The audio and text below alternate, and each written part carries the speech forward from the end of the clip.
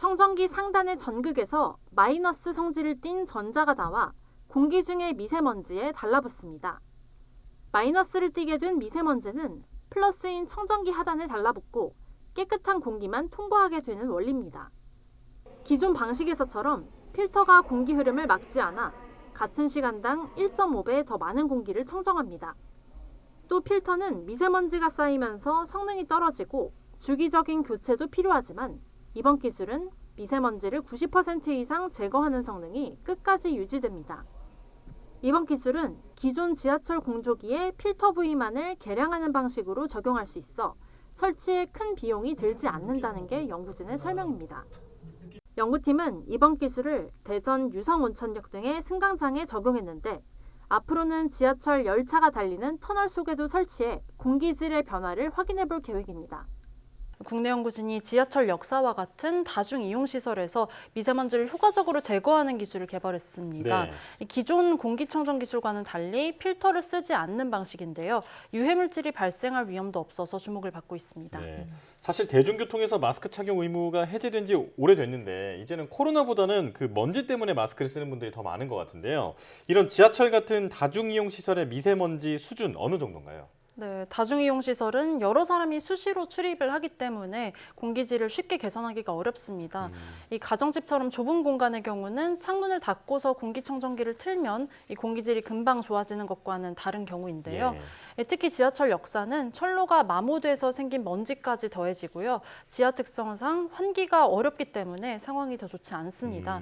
지난해 전국 지하철 승강장의 초미세먼지 평균 농도는 세제곱미터당 29 마이크로그램으로 다중이용 시설 가운데 가장 높았습니다.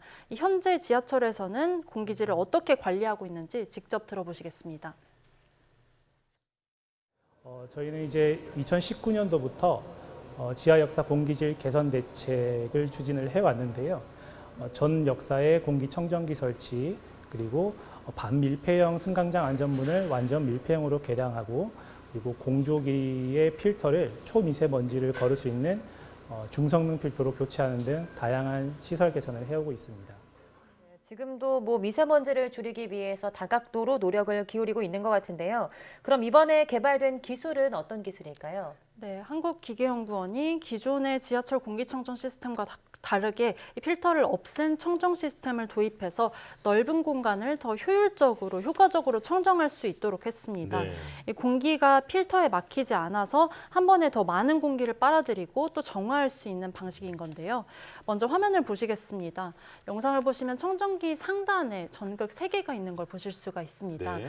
이 전극에서 낮은 전류를 흘려보내서 이 공중에 마이너스 성질의 음이온을 분사하는데요. 이 음이온들이 이 지하철 역사 공중에 있는 초미세먼지에 붙어버리는 겁니다. 그래서 초미세먼지가 마이너스 성질을 띠게 됐는데 이런 초미세먼지들이 이 청정기 하단에 플러스를 띤 부위로 흡입이 되고 결국에 이 집진부에 포집이 되는 겁니다.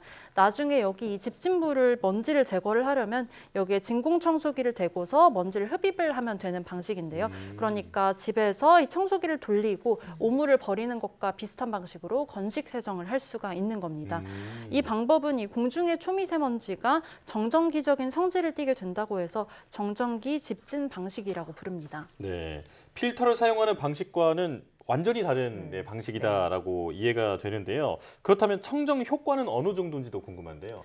네, 연구팀은 청정기가 빨아들인 공기에서 초미세먼지가 90% 이상 줄어들었다면서 이 청정 효과가 기존의 기술과 비슷하다고 말을 했는데요. 네. 이 기존 기술보다도 처리 속도는 더 빨라서 같은 시간 안에 1.5배 더 많은 공기를 정화할 수 있다고 말했습니다. 이 좁은 공간에서는 속도가 1.5배 더 빠르다는 게 큰 효용이 없을 수도 있는데요. 하지만 수시로 먼지가 유입되는 이 넓은 공간에서는 효과가 크다는 설명입니다.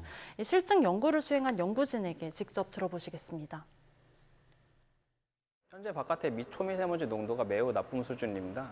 저희가 공조실에서 초미세먼지 나쁨 수준의 공기를 한 번에 필터링을 한 후 다시 깨끗해진 공기를 승강장으로 공급을 하였을 때 여기 보시는 것과 같이 저희가 계측기를 이용하여 측정하였을 때 현재 승강장 내 초미세먼지 농도는 나쁨 수준에서 좋음 수준으로 상당히 개선된 것을 확인할 수가 있었습니다.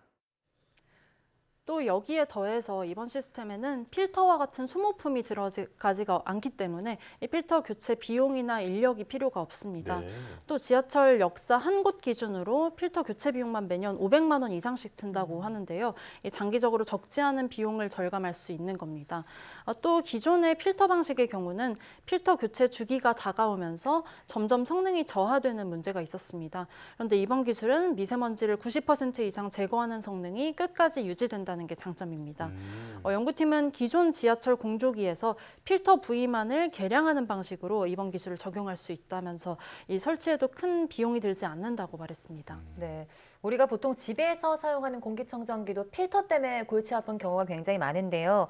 필터가 없다는 사실만으로도 굉장히 큰 이점이 될 것 같습니다.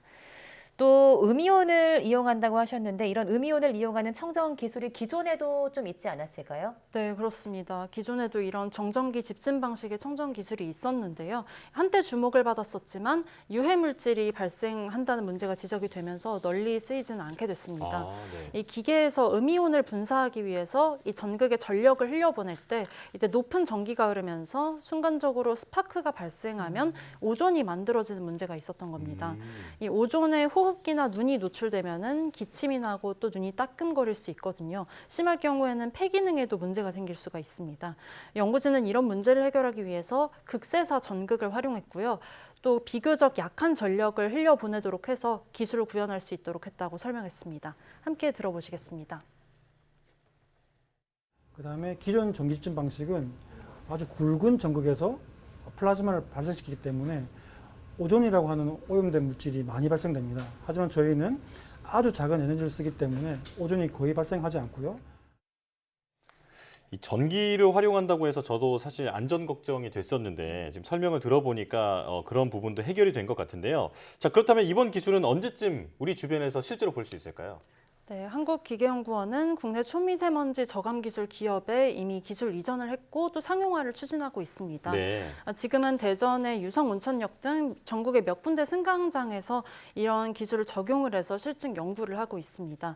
또 한 걸음 더 나아가서 앞으로는 승객이 기다리는 이 지하철 승강장뿐 아니라 미세먼지가 가장 많이 발생하는 지하철이 달리는 터널 속에도 이 기술을 적용해서 공기 질 변화를 확인해 볼 계획입니다. 또 이번 기술이 지하철 역사뿐만 아니라 학교나 사무실, 건물 등 다양한 공간에 적용될 수 있도록 노력을 하겠다는 방침입니다. 네, 최근 대기질에 대한 고민이 깊어지면서 청정 기술들도 빠르게 성장하고 있는데요. 효율적이고 또 효과적인 이번 공기청정 기술이 우리의 삶을 좀 더 쾌적하게 만들어주지 않을까 싶습니다. 최소라 기자와 함께했습니다. 고맙습니다. 감사합니다.